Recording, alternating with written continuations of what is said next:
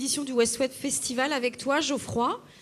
Tu as cofondé Prêt d'Union, qui est aujourd'hui une plateforme, on va dire leader au moins en France, une plateforme de peer-to-peer lending, de crédit entre particuliers.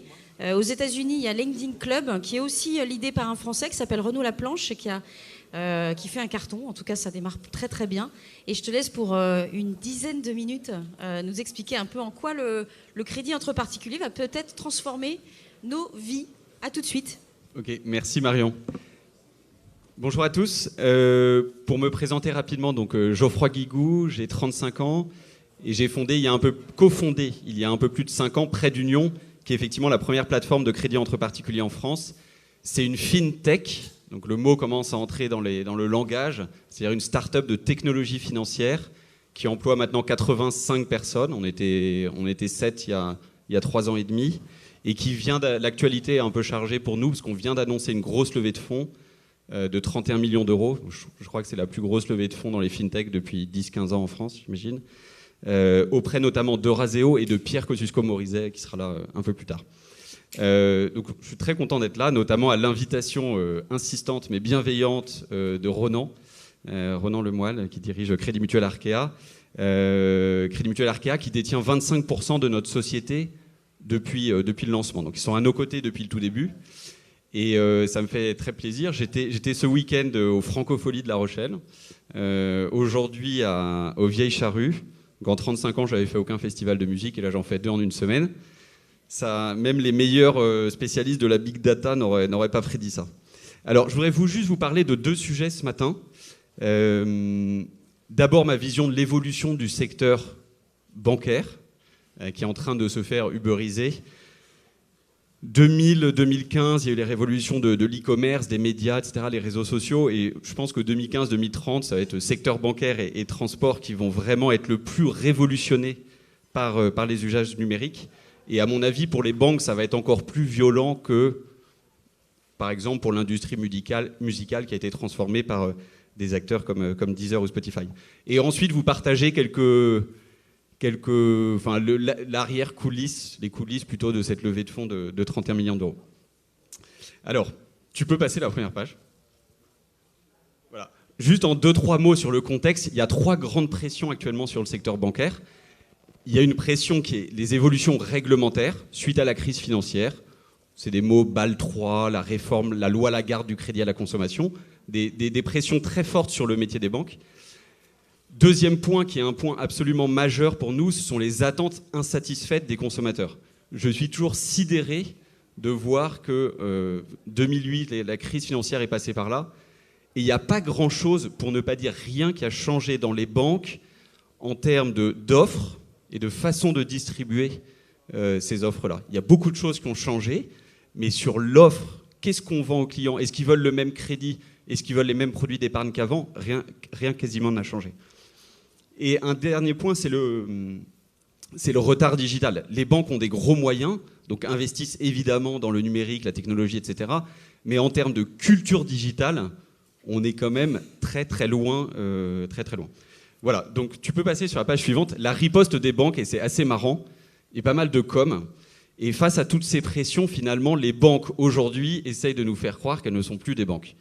Alors, il y a la fameuse campagne de Before Bank, mon banquier c'est moi. Fortunéo, donc on est très proche évidemment de Fortunéo, mais leurs campagnes nous ont bien amusés. Arrêtez de banquer. Et il n'y a pas que les banques en ligne. Le Crédit Mutuel, alors les cousins strasbourgeois, cousins éloignés, communiquaient sur chez nous les conseillers clientèle ne sont pas commissionnés. Voilà, donc il faut quand même imaginer qu'on est dans un secteur où les gens disent qu'ils ne font plus leur métier. Même dans l'industrie musicale, ça c'est pas arrivé. Tu peux passer sur la page d'après. Alors la conséquence de ça, c'est le fintech boom. Alors c'est pas une fintech bubble, hein, parce qu'on est quand même loin, mais il y a des investissements massifs, des fonds d'investissement qui s'orientent vers les startups de technologie financière. Et le chiffre vient de sortir, là je crois qu'en Angleterre, sur le premier semestre de l'année, 40% des montants investis par le capital risque se sont orientés vers des startups fintech, des technologies financières. Bon, il y a cette courbe d'Accenture qui montre qu'en 2014, l'année dernière, il y a eu 3 fois plus d'investissements dans les fintech au niveau global que l'année précédente. Et je crois que cette année, la courbe va encore s'accélérer. Donc c'est une transformation qui est vraiment massive. Alors, ne change pas de page. Juste 2-3 mots sur Prêt d'Union, nous, là où on intervient. On est effectivement une plateforme de crédit entre particuliers. On collecte de l'épargne auprès d'investisseurs avertis, c'est-à-dire qui connaissent les produits financiers un minimum, qui peuvent être des particuliers ou des personnes morales, et qui déposent cet argent chez Prêt d'Union. On collecte de l'épargne, et on la redonne instantanément à 100% et automatiquement à des emprunteurs qui sont des particuliers, des ménages français, qui viennent emprunter chez nous entre 3 000 et 40 000 euros. Et donc aux investisseurs, on leur propose un nouveau produit d'épargne qui permet d'investir dans l'économie réelle, dont le rendement est de 3 à 6% par an, ce qui aujourd'hui est complètement exceptionnel. Et aux emprunteurs, un produit de crédit à la consommation, donc on est en concurrence avec les Cofidis, Sofinco et les banques de détail, moins cher, plus transparent, on est les seuls à ne pas faire de crédit renouvelable, et aussi sans les banques. Et c'est pour cette raison que ces clients viennent chez nous. Alors, tu peux passer à la page d'après. Comment révolutionner le secteur bancaire? Parce qu'une fois qu'on a dressé les grands constats, on les partage tous. La question, c'est comment on capture ces attentes des consommateurs pour transformer le secteur. Et nous, on se focalise sur ces 4 points-là. Je vais y revenir après. Il y a la transparence, l'expérience utilisateur, UX maintenant, l'automatisation de l'octroi de prêts et la data. Donc volontairement, je ne parle pas de big data ici, vous verrez pourquoi tout à l'heure. Tu peux aller sur la page suivante. Sur la transparence, et je voudrais vous donner des exemples très concrets de ce qu'on fait. Donc ce n'est pas de la grande stratégie, on est sur du produit, de l'opérationnel, de l'expérience utilisateur. Sur la transparence, on a fait un premier choix qui est de ne pas faire de crédit renouvelable ou crédit revolving. On fait que du prêt amortissable. Donc un taux fixe et des mensualités constantes. Les crédits immobiliers sont des crédits de nature amortissable. Nous, on fait que du crédit à la consommation, mais uniquement amortissable. Mais on est allé un peu plus loin sur la transparence et on a décidé, il y a quelques temps, d'afficher en live, sans modération, 24 heures sur 24, les avis de tous nos clients. Donc, on leur envoie un mail dès qu'ils sont financés et ils évaluent Prêt d'Union. Et il faut voir que c'est sur la homepage, ça évolue en permanence. La seule chose qu'on peut faire, c'est y répondre, mais on ne peut pas les supprimer. Et je pense que c'est une révolution d'aller jusqu'à là, et c'est très osé. Parfois même, on se dit c'est un peu dangereux. Je me souviens d'un été, il y a 1 an et demi, j'étais en voyage au Canada, donc complètement déconnecté du monde, et je recevais sur mon email tout, parce que je reçois en plus tous les commentaires des clients tous les jours, donc 20, 30, 40 commentaires, parce que tout le monde ne répond pas, par jour à lire, mais ça nous donne une vision instantanée et immédiate de la perception des clients. Et pendant ce voyage au Canada, c'était mois d'août, on n'avait pas beaucoup d'analystes crédit, la pile de dossiers s'accumulait, et au lieu de donner des réponses en 24 heures, on les donnait en 1 semaine. Et ben, je peux vous dire que les avis des clients, ils étaient assez violents, quoi. Et ils mettaient pas 5 étoiles, ils mettaient tous 2, 3 étoiles à ce moment-là. Et ça s'accumulait. Donc c'est une super corde de rappel pour les équipes en interne et en externe. Et je peux vous dire que je peux dire maintenant exactement ce que nos clients pensent de nous. Ce n'est pas des études, c'est les mots, à force de les lire, les 40-50 mots que les clients utilisent pour décrire Prêt d'Union, on les connaît, on essaie de capitaliser là-dessus.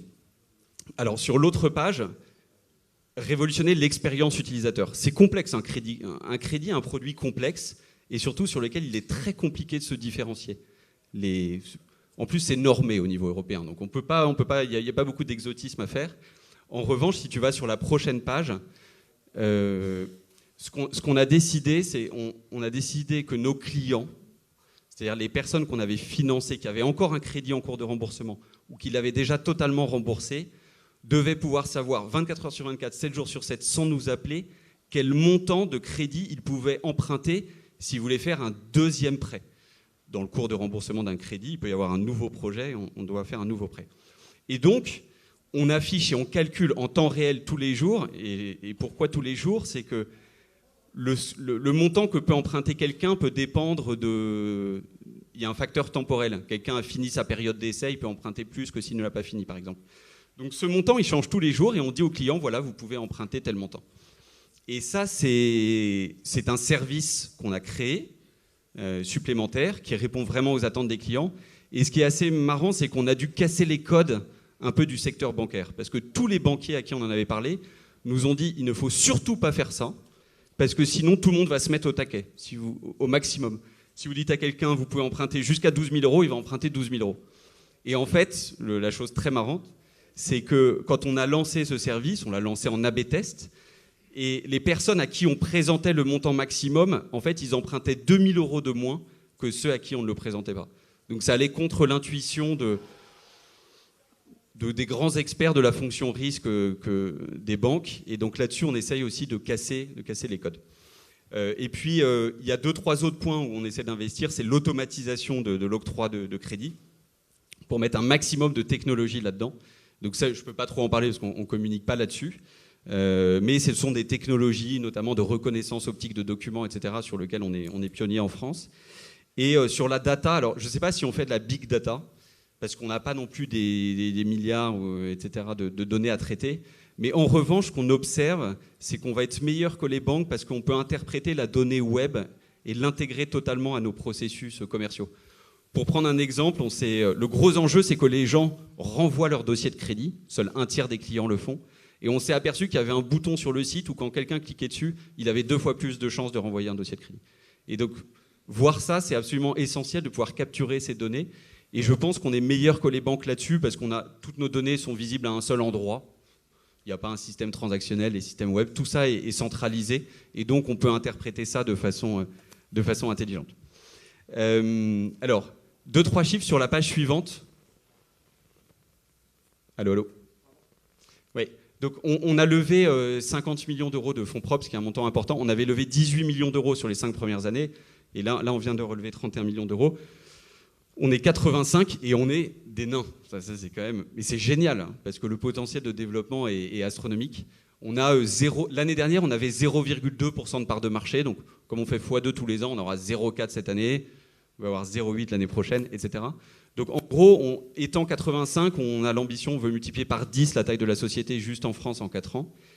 Donc, ça représentera entre 50 et 70 millions d'euros probablement de chiffre d'affaires. Et en parallèle, se déployer dans toute l'Europe. Et je reviendrai un peu tout à l'heure là-dessus. On a financé 200 millions d'euros de crédit, mais on a eu 3 milliards d'euros de demandes de crédit. On finance un peu moins de 10% des demandes. Et ce taux ne fait qu'augmenter. Pas nécessairement parce qu'on les refuse, hein. C'est aussi parce qu'il y a des prospects qui font des demandes, mais qui ne concluent pas en fait leur projet de crédit. Alors, sur la page suivante, on s'inspire de Lending Club. Donc, Lending Club est un acteur qui a été fondé par un Français qui est le leader mondial du crédit entre particuliers. C'est une boîte qui a été fondée 4 ans avant la nôtre et qui s'est introduite en bourse. C'était la première grande introduction en bourse des fintechs au mois de décembre, valorisée 6-8 milliards de dollars. Et en fait, sur les 3 premières années, on grossit aussi vite que Lending Club. Ça, ce sont les chiffres de production trimestriels de crédit. Alors, pourtant, ils sont sur un marché 20 fois plus gros. Donc, c'est pour ça qu'on a énormément d'ambition sur la croissance de la société. A priori, on a un agrément bancaire. C'est ça qui explique notamment le fait qu'on aille plus rapidement que Lending Club en termes de part de marché sur le marché français. Et un meilleur time to market. Donc on s'est lancé en 2011 à un très bon moment. Eux se sont lancés en 2007.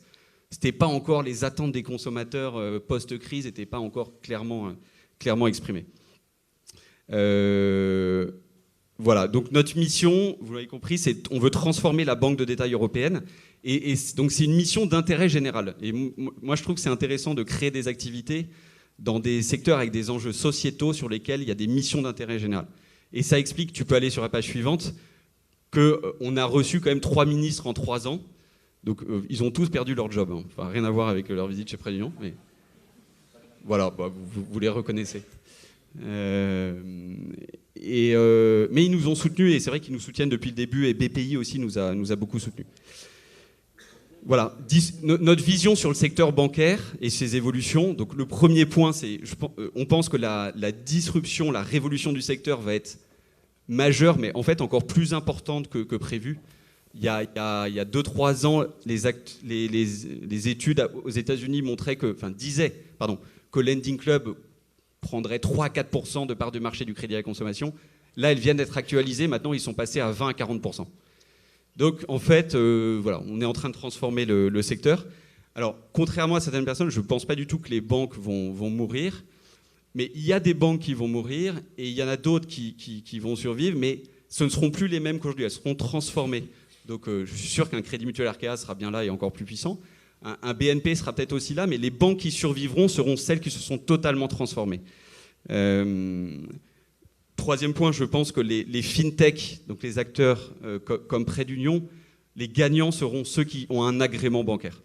Parce que en fait, c'est tellement puissant en termes de confiance, et c'est ce qui explique que Prêt d'Union, sur un marché 20 fois plus petit, arrive à grossir aussi vite que Lending Club. Et après, il y a une défragmentation de la banque de détail. C'est une dernière grande tendance sur laquelle les entrepreneurs des services financiers peuvent travailler. C'est qu'il est hors de question maintenant de proposer toute la palette d'offres produits. Et d'ailleurs, les clients en ont marre. Ils veulent prendre le meilleur de chaque. Et donc, il faut s'attaquer à des niches. Donc, nous, on a pris la niche crédit-épargne. Il y a des niches paiement, etc. Et transformer la banque sur chacun de ces métiers-là.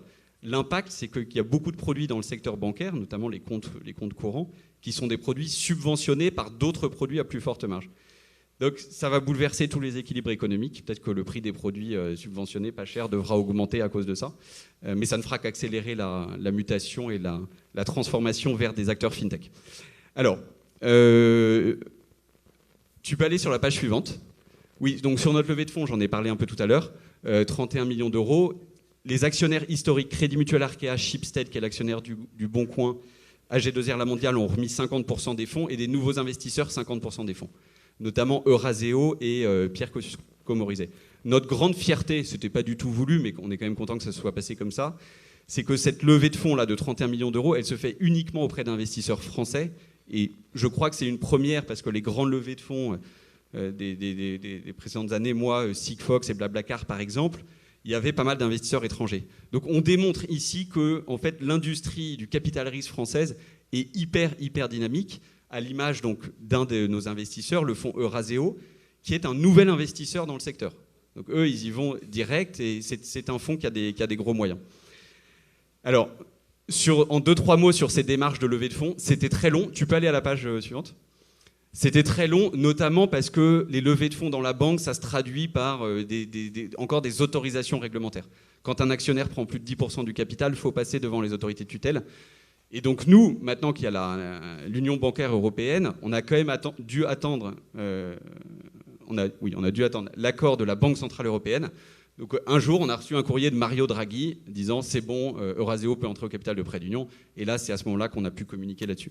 Donc un processus assez long.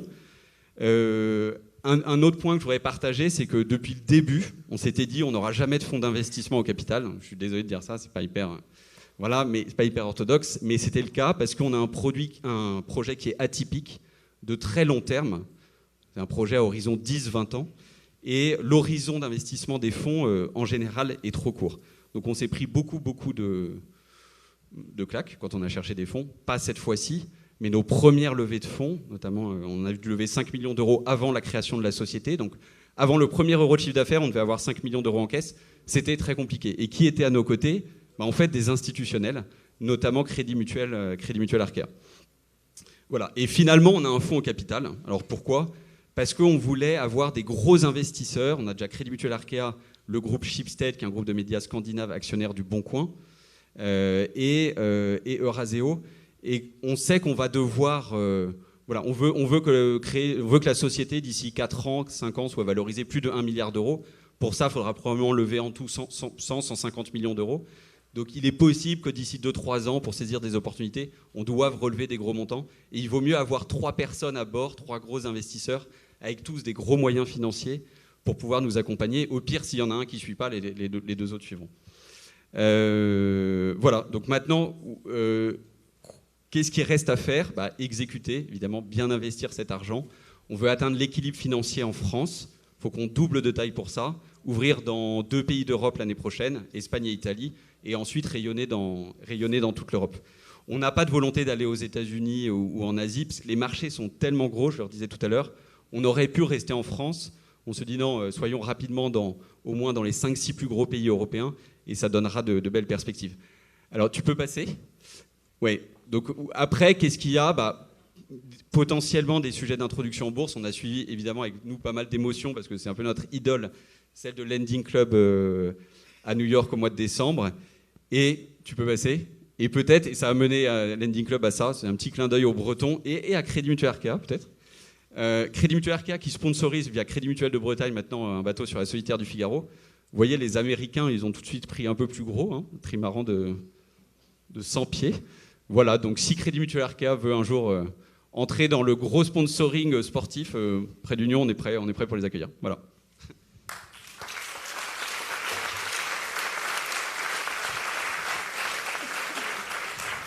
Merci Geoffroy. Je crois que tu repars dans pas longtemps à Paris, mais peut-être on peut dire à Geoffroy qu'il sera le bienvenu pour revenir en Bretagne, non ?